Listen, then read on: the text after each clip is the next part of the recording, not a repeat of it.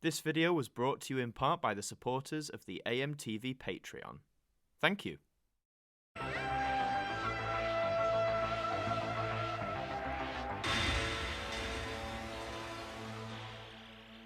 Hello there everybody, and welcome back to another instalment of the Who News. I'm your host Adam Martyn here from AMTV, and I think it's pretty apt that we have to talk about the brand new companion that will be joining Doctor Who for Series 13, that being comedian John Bishop.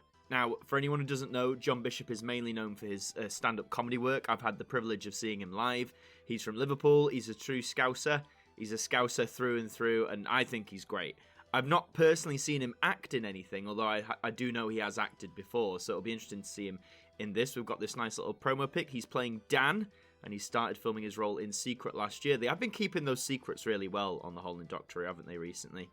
So, it says he's revealed to join Jodie Whittaker for the 13th series of Doctor Who. The 54-year-old, who recently tested positive for you-know-what, wishing him well, of course, said boarding the Tardis was a dream come true. He plays a character called Dan who becomes embroiled in the Doctor's adventures and faces evil alien races beyond his wildest nightmares. Ooh, very interesting. It's the usual sort of garb for a new companion. Obviously, they have to do it, but it is very exciting nonetheless. It says he began filming his role last November, but the BBC kept the signing under wraps until the broadcast of Revolution of the Daleks. Well, they kept that quiet for a very long time, didn't they? A few months. And he's talking about growing up on a Merseyside, being a professional footballer briefly. There you go. He's previously acted in the Channel 4 drama Skins and the Ken Loach film Route Irish. I know what Skins is. I've not personally watched it. And as for Route Irish, I've not seen it, but I do know Ken Loach is a very esteemed film director. He helmed films such as Cares and I, Daniel Blake, which are great films, by the way, so I'd highly recommend those. So he's currently suffering from coronavirus, which, of course, as I said, we all wish him a very speedy recovery. So hopefully he will recover in time to do more Series 13 filming. Just at the bottom here, it talks about the program's showrunner, Chris Chibnall, who says, "It's time for the next chapter of Doctor Who, and it starts with a man called Dan. Oh, we've had to keep this one secret for a long, long time. Our conversation started with John even before the pandemic hit, so a very long time ago, definitely. The character of Dan was built for him, and it's a joy to have him aboard the TARDIS." Okay, having it built for him makes me think it'll play to John Bishop's strengths rather than maybe his weaknesses. As I say, I've not personally seen him act in anything, but I think all actors have, you know, their particular fortes. With him, it might be comedy, or it might be a more down-to-earth sort of thing. What I am seeing, sadly, already, though, are a lot of people online degrading this choice for no other reason that it's another, like, it's a comedian, and that means they'll be terrible. Can we just keep in mind we've had Catherine Tate, Matt Lucas, Bradley Walsh, all of which to some degree got this same whiplash, but yet when they actually came onto Doctor Who, we all thought they were absolutely brilliant. So can we please give Mr. Bishop the same respect and not chide him on a performance he hasn't done yet, because we haven't seen it. All we've seen are 2 seconds of him loading a van, turning around and giving us a smile. And he's got a nice smile, John Bishop. I've got to give him that. So I just think we don't need to bash him already. He's only just gotten started. Let's give him support rather than hatred, please. I know there were some who were really key to have an all-female TARDIS for Series 13, that just being the Doctor and Yaz.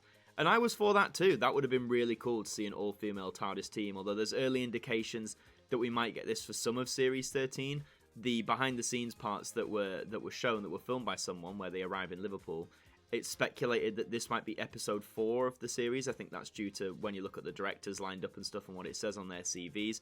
So you might get the Doctor and Yaz for the first 3 episodes and not John Bishop necessarily for a full season, but we will just have to wait and see. But in any case, I think he'll be a great addition to the team. The main detraction point, just to keep a balanced view for me, and it's something that my dad mentioned to me, and I think it's, you know, it's a valid point, is he said the casting of someone like John Bishop, you know, someone who's an established presence in the media industry, is a celebrity, etc., takes away from from not necessarily younger, but unknown actors getting the role. His argument was, if you look back in Doctor Who's history, a lot of the companions who've come on board, both in Classic and New Who, were relative unknowns at the time of their casting, and it then helped them get a jump start to their career. Just in terms of the modern context, you could argue, I guess this happened to, say, someone like Pearl Mackie, who was well known, I'd say, in like the theatre space, but it was definitely the first thing I'd seen her in on television. I don't think it was her first TV job, but it's just giving people that little boost who normally wouldn't get it. So I do see the argument that casting someone like John Bishop does take away from like sort of the everyday Joe Bloggs actor who's trying to make inroads into this industry, an industry from personal experience that is very hard to break into unless, you know someone or you've got connections, rather than based on your talent. I do see that argument, although now I'd say, like, this casting, it's done now, and we've got to give John the benefit of the doubt, and I'm sure he'll deliver in a good performance. I do hope, though, that going forward from this, like whenever we get a new TARDIS team completely, that they do hire more unknown actors. I mean, you could apply it to most of the fam. Like, Tosin Cole and Mandip Gill had been on TV before, but this was really the role that got them into, like, the mainstream, that got them in front of millions and millions of people, and people loved them for it. So, yeah, I just hope when we have that recast or a new TARDIS team, it's more unknowns. The other main thing I wanted to address in today's news is, of course, the overnight ratings. I'm recording this the morning of the 2nd of January, so the special has only been out for, well, less than 12 hours or just over 12 hours. This comes from Lizo Mzimba, who is the entertainment correspondent at the BBC, a very well-loved and respected source.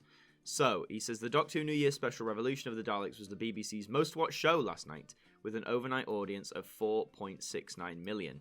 The two most-watched programmes overall were ITV's Coronation Street, with 5.2 million, and the ITV Evening News, which won the night with 5.54 million. Okay, so on first glance, you might think 4.69 million is a bad score. I'd say you'd only be thinking that if you looked at, like, the classic series, where, 4.69 million was seen as a failure, and anything above 10 million was actually a success. Ratings have changed, obviously. I think we all know that on the whole, but there are some people who will try and spin this and say Doctor Who is dead. There's several factors to take into account. First of all, we knew that festive ratings were down the year over. You only have to look at the Christmas Day ratings across all programmes. Normally shows are either nearing or scoring over 10 million viewers. I think the top thing of the night, bar the Queen, I can't, what programme was it? It was a certain programme, but it got like around 6 million viewers. So they've been down on the whole. So this was, you could argue this would have been expected. Because, I mean, think of all the competition people have. You've got the main channels, the main 5 channels, then you've got all the hundreds of channels you can get on satellite, and then you've got all the streaming ones. You've got Netflix, you've got Disney Plus, you've got Amazon Prime. There's just so much competition, so to still pull in nearly 5 million viewers on broadcast is pretty good. Secondly, we've got to take into account we'll get a +7 figure, which is the figure after 7 days, and we'll get a +28 figure, which is the final consolidated figure. So that accounts iPlayer viewings on PCs, mobiles, tablets, etc., which I think it'll bolster it at least another million, so we might get a near 6 million finishing score. And again, keep in mind, it was only like behind Coronation Street by not that much, really. What is it? Let's have a look. By 0.33 million, really, which isn't that much when you break it down in TV terms. The ITV Evening News won the night. I think, is that the 10 p.m. news? Because I think the 6 p.m. news overran with Doctor Who, like the first little bit, so I'm guessing that's the 10 p.m. news, but I could be wrong.